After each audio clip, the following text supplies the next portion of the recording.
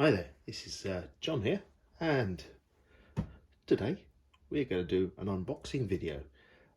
This is the little puppy that started it all off for me. 13 years old, way back in 1984.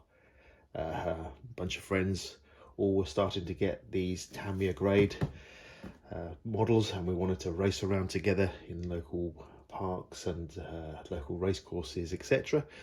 And yeah, this is the one that started it all off for me. So I started off building one of these, and used to have to brush paint the body with polycarbonate paints that were brushed. You didn't have spray paints in those days, and yeah.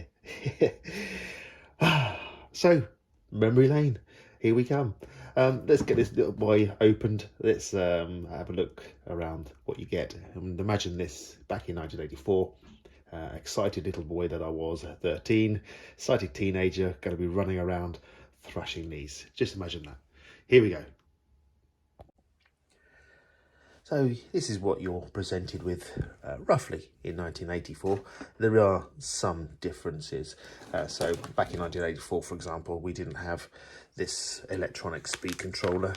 This is the Carson equivalent of the Hobbywing 1060. So it's based on that, probably made for them by looks of things, because it looks exactly the same as the Hobbywings.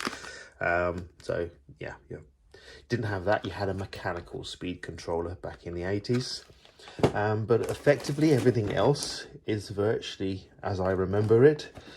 This nice divide for a start, when you get the box of bits, your body, chassis, tires and wheels, etc., all in here, and decals and manuals, etc., at the bottom. So yeah, we're going to add the bearings to this as well straight away, because I like to add bearings.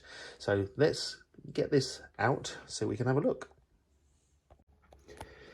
So in essence, this is everything that you get. As you can see, get quite a few bits for a basic kit. Imagine this, back in 1984, you were presented with all these components, and yeah, it was quite daunting at the time. So driver figure, the chassis, the rails at the side of the chassis, and the battery box lid. You get your gearbox housing, etc. You get your front arms and steering servo. This is the sort of components. These here are like the little sliders for the gearbox and housing, so they're the components. Of course, those tyres, ribbed for the front, spikes for the back. Your wheels, which are 3 component wheels. Your body, your wing. As you can see, I've got to cut those out. Nice polycarbonate. They even still give you the wibbly wobbly. Of course, the chassis, a bathtub style chassis. Your manual, and of course those lovely decals. And then inside this box here, we can move around a little bit. Inside this box here, you had your gears, etc. Of course, your 540 motor, differential gears, planetary gears, front bumper,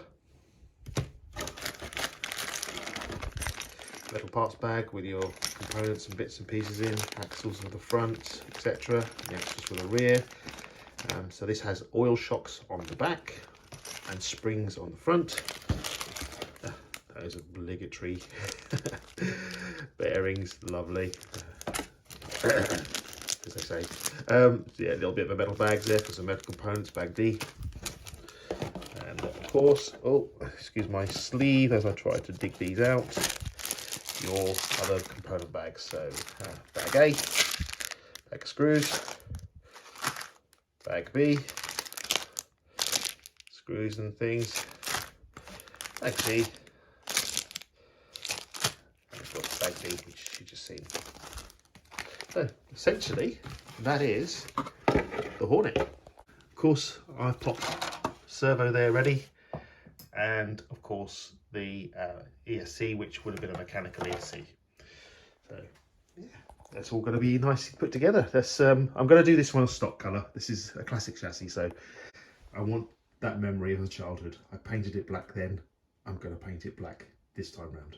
So this is essentially the Hornet kit, and I've got bearings to add to it, which are inside one of my boxes here, which I've purchased as well. So I'll show you that as we go along, as we do the build. So there you go, guys. Unboxing of the fabulous Tamiya Hornet. Let's build together.